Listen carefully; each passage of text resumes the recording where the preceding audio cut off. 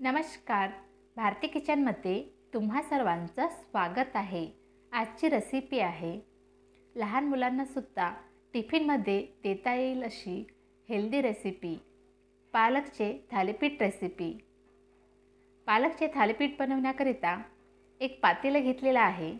पातेल्यामध्ये 1 वाटी कणिक घेतलेली आहे. नाश्त्याच्या चम्मचने 2 चम्मच बेसन पीठ घेतलेलं आहे आणि त्याचबरोबर अर्धी वाटी तांदळाचं पीठ घेतलेलं आहे. 2 ते 3 लसूण पाकळ्या, हिरवी मिरची आणि कढीपत्ता बारीक करून घातलेला आहे. त्याचबरोबर अर्धा चम्मच जिरे घातलेले आहे. हळद घालायची आहे. आवडीनुसार तिखट घालायचं आहे आणि चवीनुसार मीठ घालायचं आहे. आता आपल्याला स्वच्छ साफ केलेली बारीक कापून पालक घालायची आहे आणि त्याचबरोबर कोथिंबीर घालायची आहे. सर्व जिन्नस मिक्स करायचे आहेत.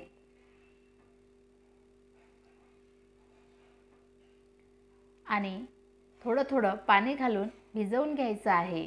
तर हे मिश्रण आपल्याला थोडंसं दाटसरच भिजवून घ्यायचं आहे.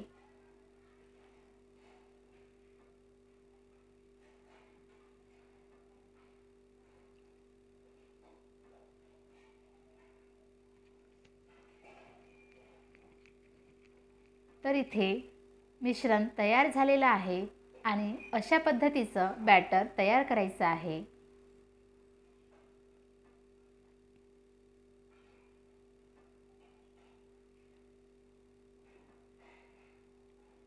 गॅसवरती तवा गरम होण्यासाठी ठेवलेला आहे. तवा चांगला गरम झाला की तेल लावून घ्यायचं आहे. थोडेसे तीळ घालायचे आहेत. बॅटरमध्ये तीळ न घालता अशा पद्धतीने तव्यावरती तीळ घातले तर थालीपीठची चव अप्रतिम लागते. आता आपल्याला तयार केलेलं बॅटर घालायचं आहे. ओलसर हाताने पसरवून घ्यायचं आहे.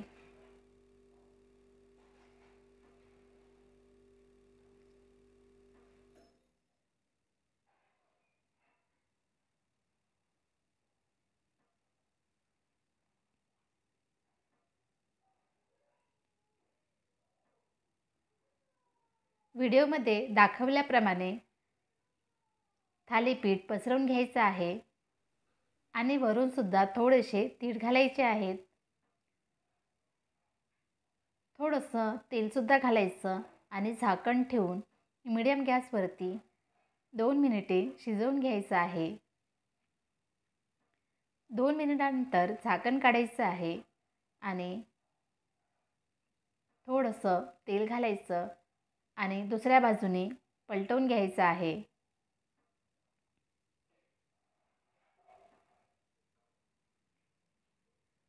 दोन्ही बाजूंनी छान खरपूस होईपर्यंत भाजून घ्यायचं आहे.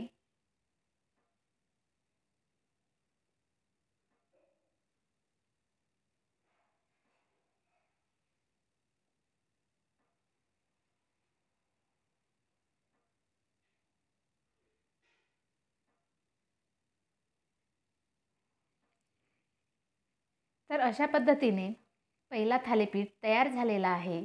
प्लेटमध्ये काढून घेत आहे आणि अशाच पद्धतीने दुसरा थालीपीठसुद्धा टाकून घेत आहे.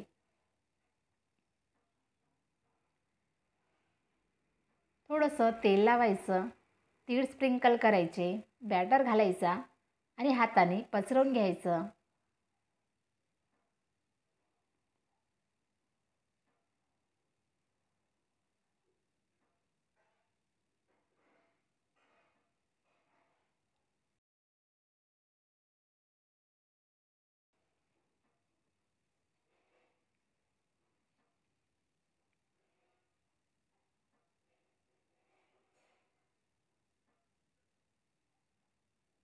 थोडेसे तीळ स्प्रिंकल करायचे आणि थोडंसं तेल घालायचं.